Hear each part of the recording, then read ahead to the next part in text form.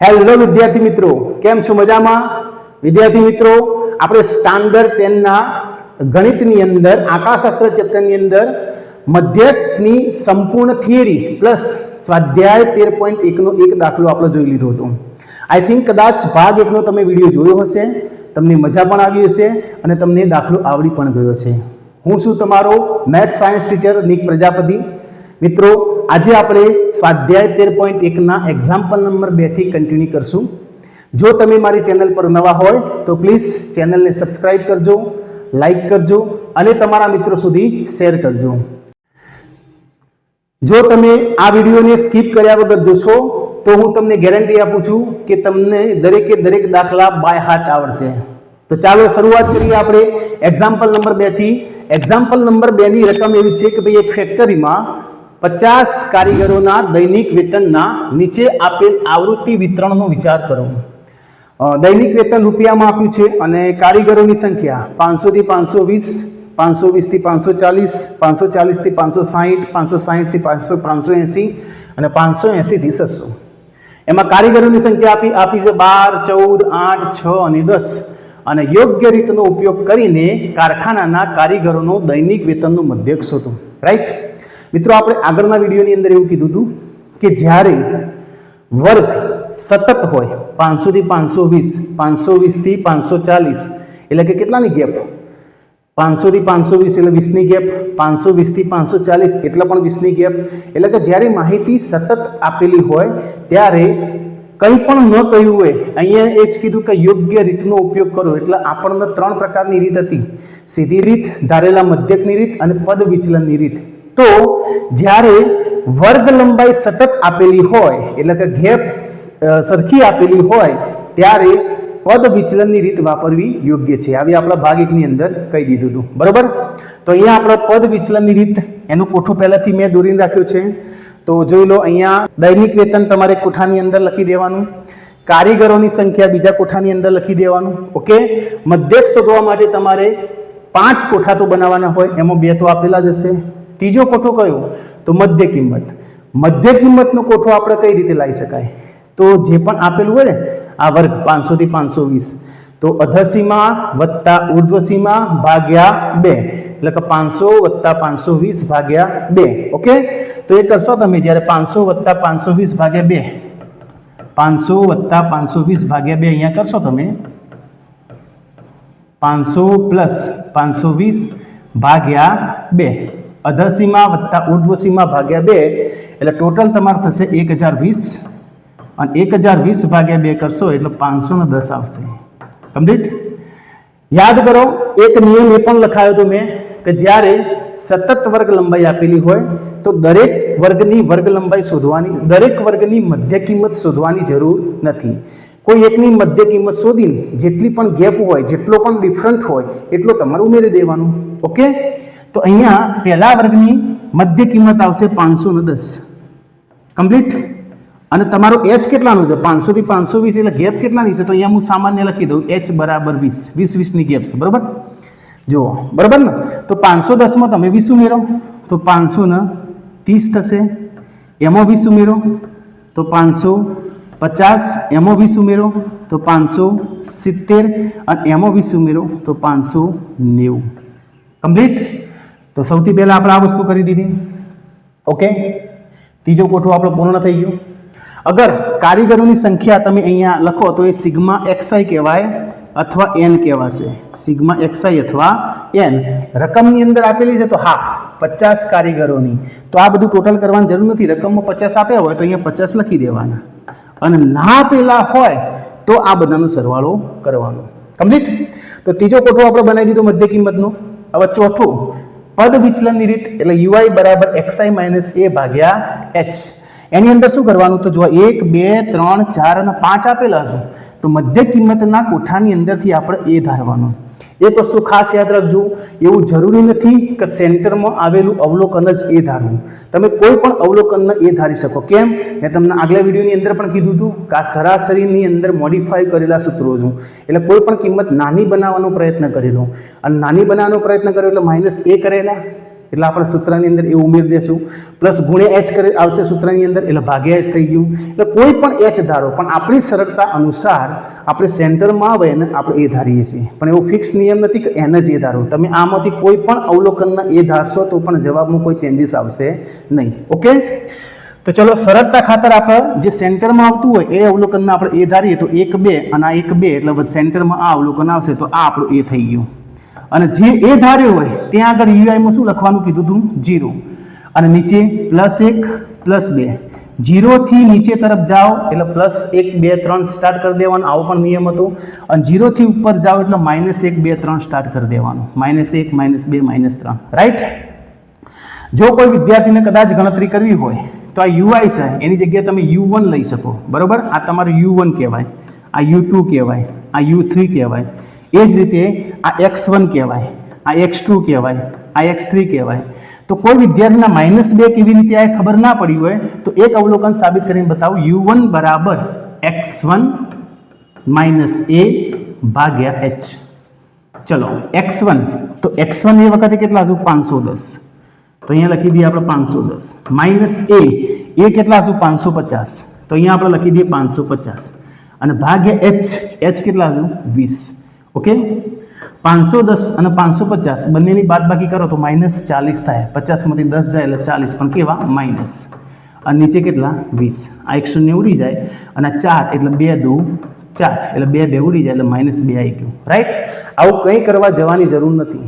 તમારે એકલી વસ્તુ યાદ રાખવાની, પદ વિચલનની રીત હોય ત્યારે જે એ ધારે હોય એની સામે આપણે 0 લઈ લેવાનું, એના નીચે +1 +2 +3 જેટલા પણ અવલોકન આપ્યા હોય પ્લસમાં લખી દેવાના અને ઉપર માઇનસ કરીને લખી દેવાના. રાઈટ.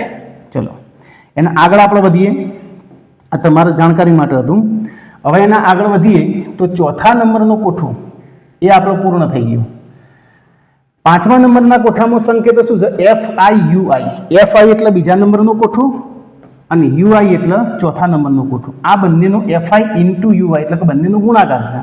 એટલે કે આ બીજા નંબરનો જે થોભલો દેખાય એ અને આ ચોથા નંબરનો જે થોભલો દેખાય એ, આ બંનેનો ગુણાકાર કરવાનો. તો 12 2 24 પણ કેવા? માઇનસ.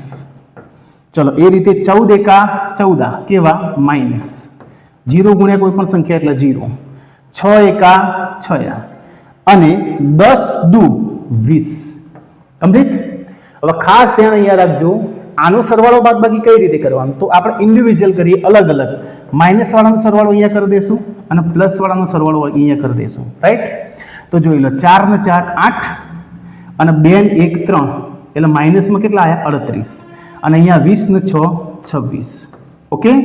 હવે આ બધાનો જનરલ જે સરવાળો થાય એને કહેવાશે સિગ્મા. અને શું કરવાનું? FI/UI. કોનો સરવાળો કરીએ છીએ આપણે? FI/UI નો. એટલે સિગ્મા FI/UI બરાબર ફાઇનલ કિંમત કઈ થાય? તો આ બે ઓકડા આવેલા હોય, અહીંયા બે જ ઓકડા આવશે, એક પ્લસ વાળો આવશે અને એક માઇનસ વાળો આવશે.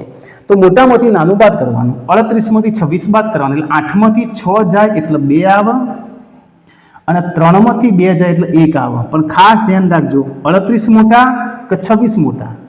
તો 38 મોટા, તો એના આગળનું ચિહ્ન આવશે એટલે કયું આવશે? માઇનસ. કયું આવશે?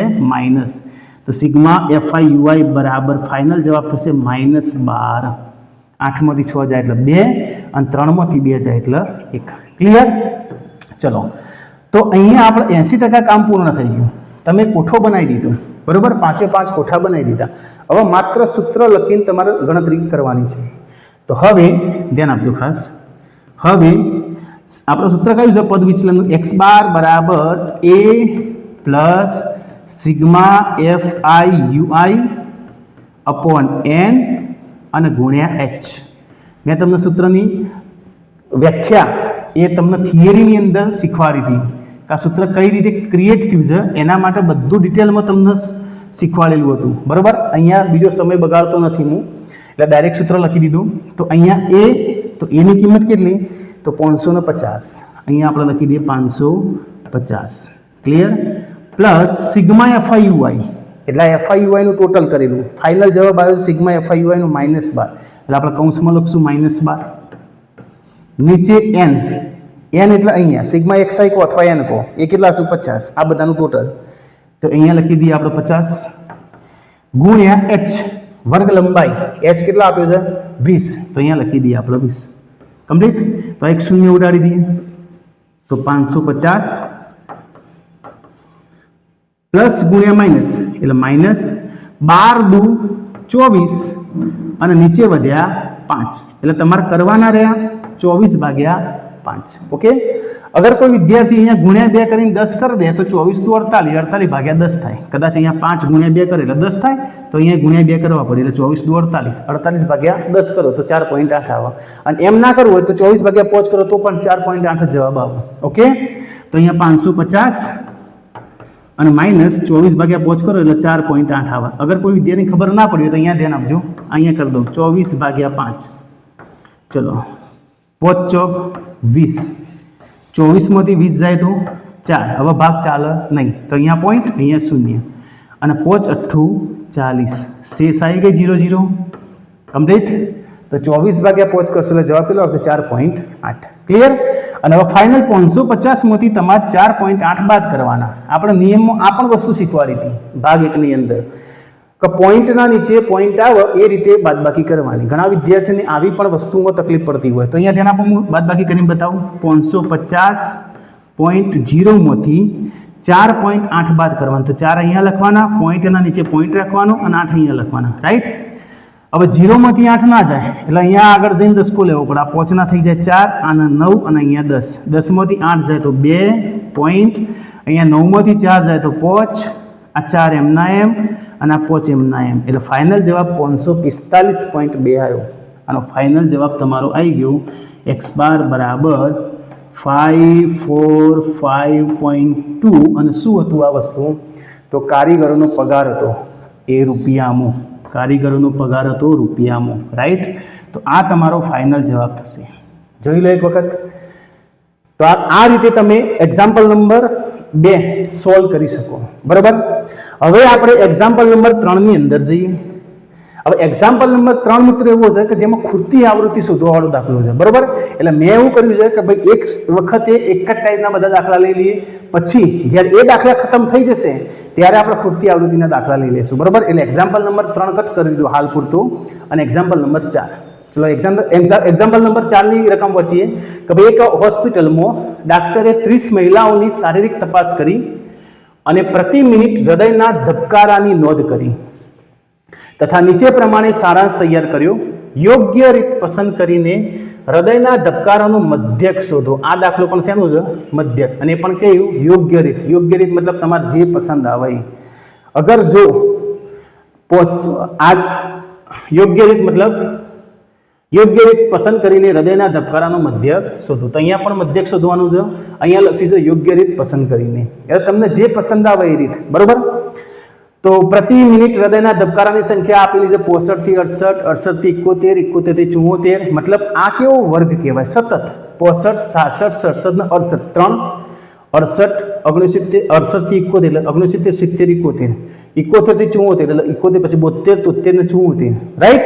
3 3 ની ગેપ દેખાય છે. એ રીતે ના જુઓ તો ઉભા રીતે જુઓ. 65 અને 68 એટલે 3 ની ગેપ. 68 થી 71 એ પણ 3 ની ગેપ. 71 થી 74 એ પણ 3 ની ગેપ. તો અહીંયા આપણને h મળી ગયું. h બરાબર થશે 3. h બરાબર કેટલા થશે? 3. અને મેં તમને એક વસ્તુ કીધેલી કે જ્યારે સતત વર્ગ હોય ત્યારે આપણે એક જ રીતે વાપરવાની. સૌથી સહેલી કઈ? પદ વિચલનની રીત. ઓકે? તો આ અવલોકનો જે બે હતા એ આપણે ઉભા કોઠામાં લખી દીધા. અહીંયા આપણો સિગ્મા xi કહેવાય અથવા n કહેવાય. તો n બરાબર કેટલા? તો અહીંયા આપેલા છે 30. બરાબર? ના આપેલા તો ટોટલ કરી દેવાના. અહીંયા આપેલા છે તો ટોટલ કરવા જવાનું નહીં. 30 લખી દીધા. મધ્ય કિંમત કઈ રીતે લવાય? આ બેનું ટોટલ ભાગ્યા 2. 65 વત્તા 68. ચલો કરી જોઈએ. 65 વત્તા 68 તો 8 ને 13 નો તગડો વધી 1, 6 6 12 ને 1 13, 133 થયા. અને ભાગ્યા 2 કરવાના. અધસીમા વત્તા ઉર્ધ્વસીમા ભાગ્યા 2 એટલે 133 ભાગ્યા 2 કરો તો 2 છંગ 12. 13 માંથી 12 જાય તો 1 અને 2 છંગ 12 ફરીથી 13 માંથી 12 જાય તો 1. હવે ભાગ ના ચાલે તો 0 ને અહીંયા પોઈન્ટ અને 2 પંચું 10. એટલે જવાબ કેટલો આવ્યો? 66.5. તો અહીંયા પહેલી મધ્ય કિંમત થશે તમારી 66.5. ક્લિયર? હવે બાકીના બધાની શોધવા જવાની. 68 થી 71 તો 68 વત્તા 71 ભાગ્યા 2 કરવા જવાનું. ના, તમારે જે h હોય એટલું આની અંદર ઉમેરવાનું. બરોબર? કારણ કે સતતમાં ફાયદો છે.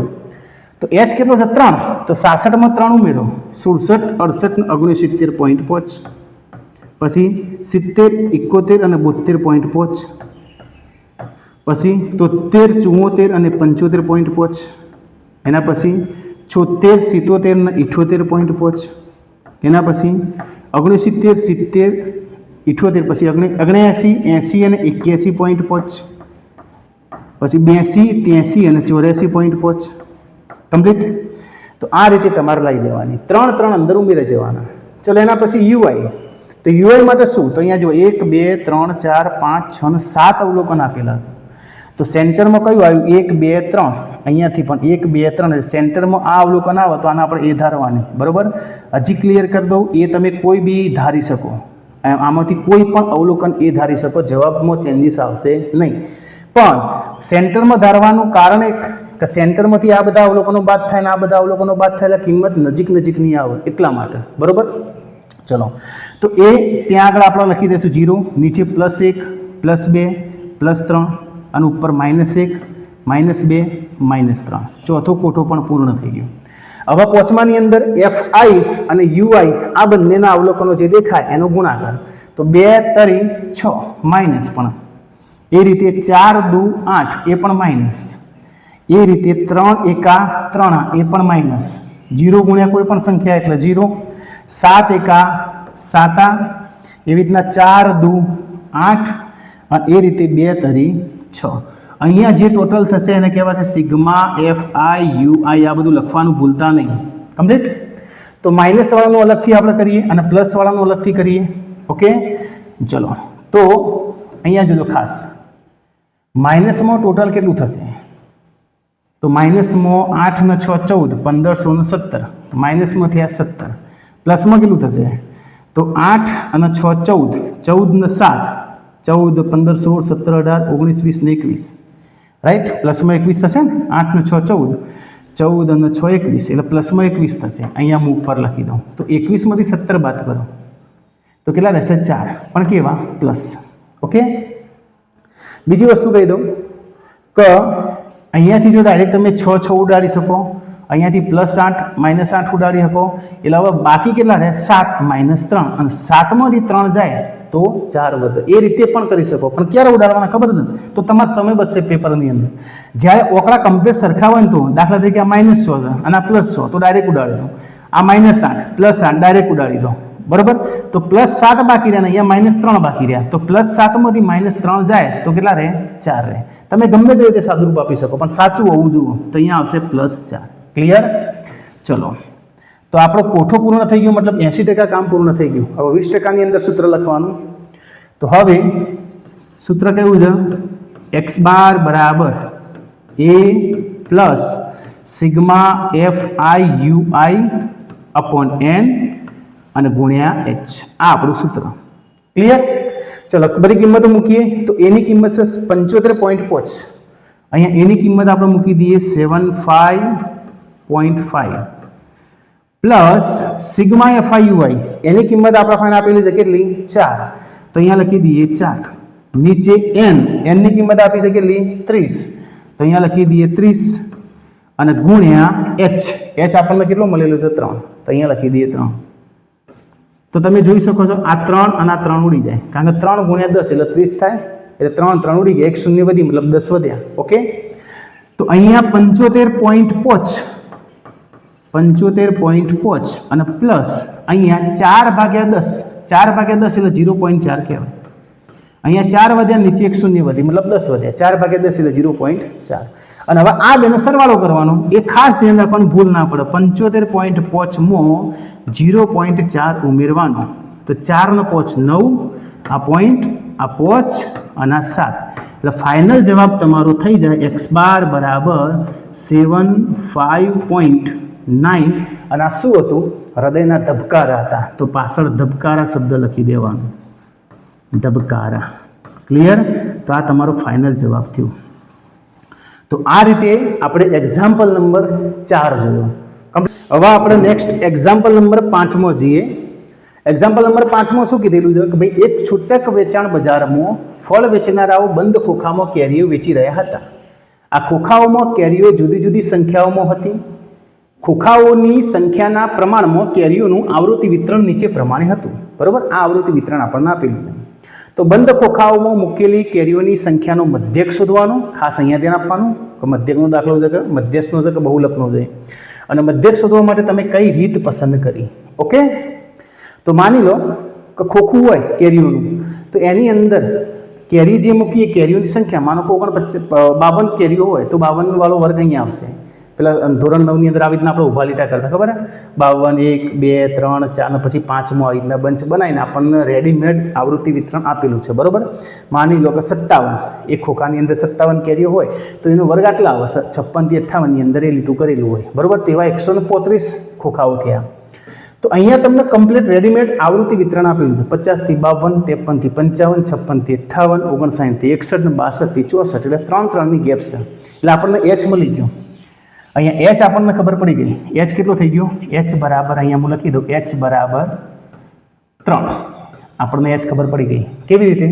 50 51 52 53 54 55 57 58, રાઈટ?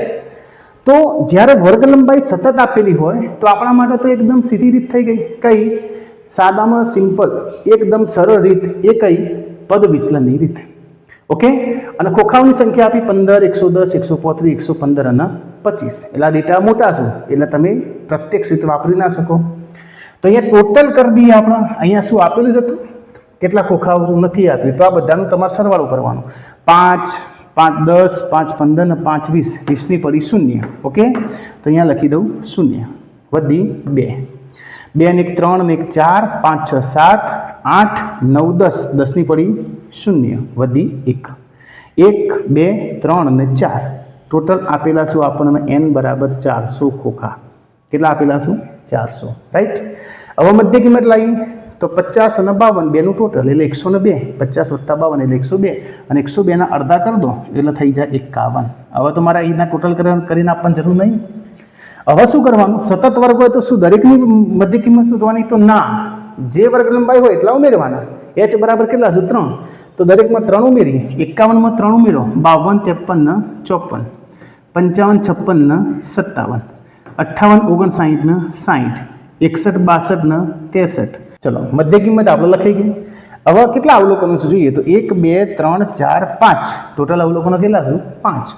તો આપણી અનુકૂળતા મુજબ આપણે સેન્ટરમાં આવે એને આપણે લઈએ છીએ. બરોબર, તો 1 2 3 એટલે ત્રીજું અવલોકન આપણું એ થઈ જાય. ઓકે, તો આ આપણું તમારું એ થઈ ગયું. ચલો, હવે UI તો જ્યાં એ ધારે હોય ત્યાં શું લખવાનું? 0.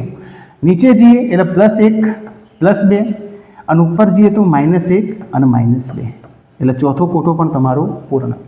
અને પાંચમા કોઠાની અંદર શું? તો FIUI. તો આ તમારો UI અને આ તમારો FI, એટલે કે બીજા કોઠાના અવલોકનો અને ચોથા કોઠાના અવલોકનોનો ગુણાકાર. તો 15 દુ 30 પણ કેવા? માઇનસ.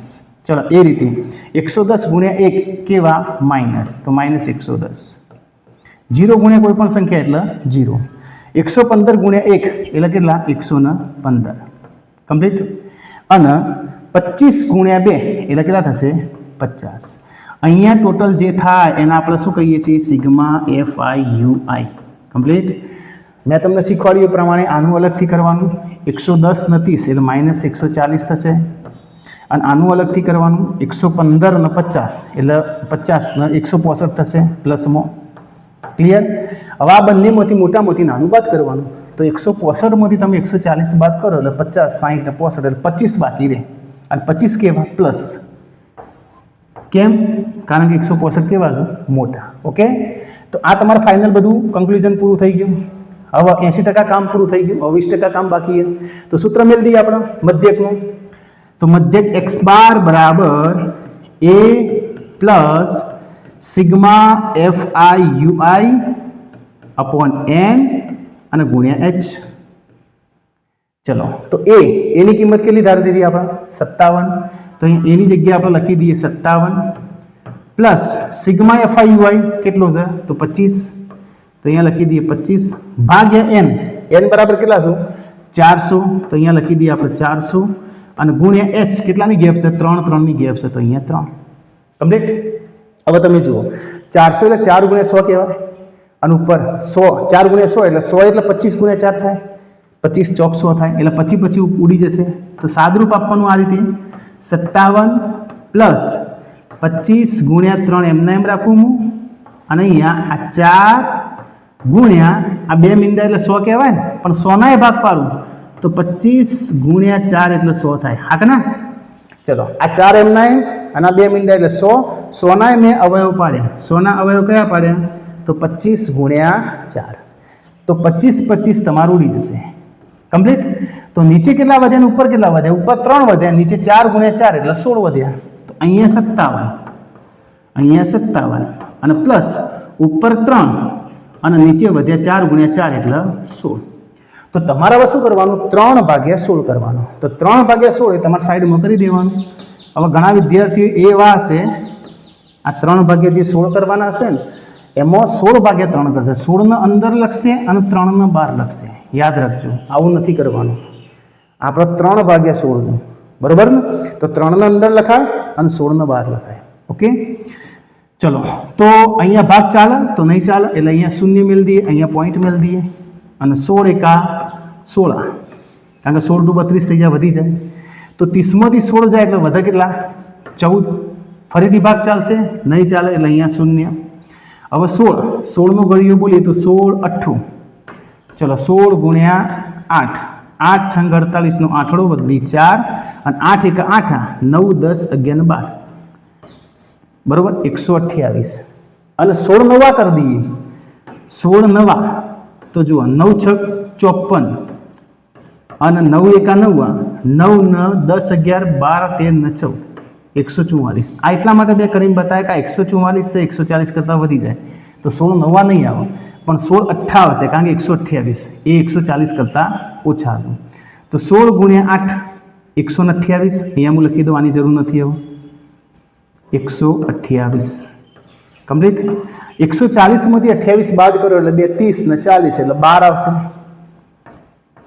કમ્પ્લીટ. પાછી 1 શૂન્ય મિલી ભાગ ના ચાલે એટલા માટે.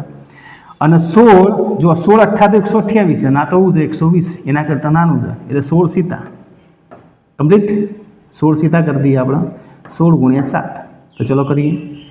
6 સીતું 42 નો બગડો બધી 4, 7 એકા 7, 8 9 10 ને 11, 112. અને 120 માંથી તમે 112 બાદ કરો તો આવશે કેટલા? 8. કમ્પ્લીટ. અહીંયા તમારે ખાસ ધ્યાન આપજો, હવે ભાગાકાર આખો કરવાની જરૂર નથી. દશાંશ ચિહ્ન પછી એટલે કે પોઈન્ટ પછી તમે મિનિમમ 1 અંક લાવો ને તો પણ ચાલે, અને 1 કરતાં વધુ કદાચ 2 અંક લાવો ને તો પણ વાંધો નહીં, બરોબર. પછી આખો ભાગાકાર કરીને ટાઈમ વેસ્ટ કરવાની જરૂર નથી. તો અહીંયા 0.18 આવી ગયો, અને આપણને એક નિયમ ખબર હતી, જો અંક 5 અથવા 5 થી મોટો હોય તો આગળના અંકની અંદર એક ઉમેરી દેવાનું. તો અહીંયા 7 છે મોટો થાય એટલે ઓલ ઓવર 0.19 લખી દો. 57, ચલો ત્યાં આગળ જ લખું 0.19, બરોબર ને? ચલો આ 57 x બાર બરાબર 57 પ્લસ 0.19. તો આ બેનો સરવાળો તો એ પણ કરી દઈએ. 57.0 અને 0.19 અહીંયા શૂન્ય મેળ દઈએ તો 9 1 7 અને 5. ફાઇનલ જવાબ કેટલો આવ્યો? 57.19. આપણો ફાઇનલ જવાબ કેટલો આવ્યો છે? 57.19. રાઈટ. તો x બાર બરાબર 57.19 શું હતી? કેરી. તો પાછળ લખી દેવાનું કેરી. ઓકે, આ તમારો દાખલા નંબર 5. તો જોઈ લો, આ દાખલા નંબર 5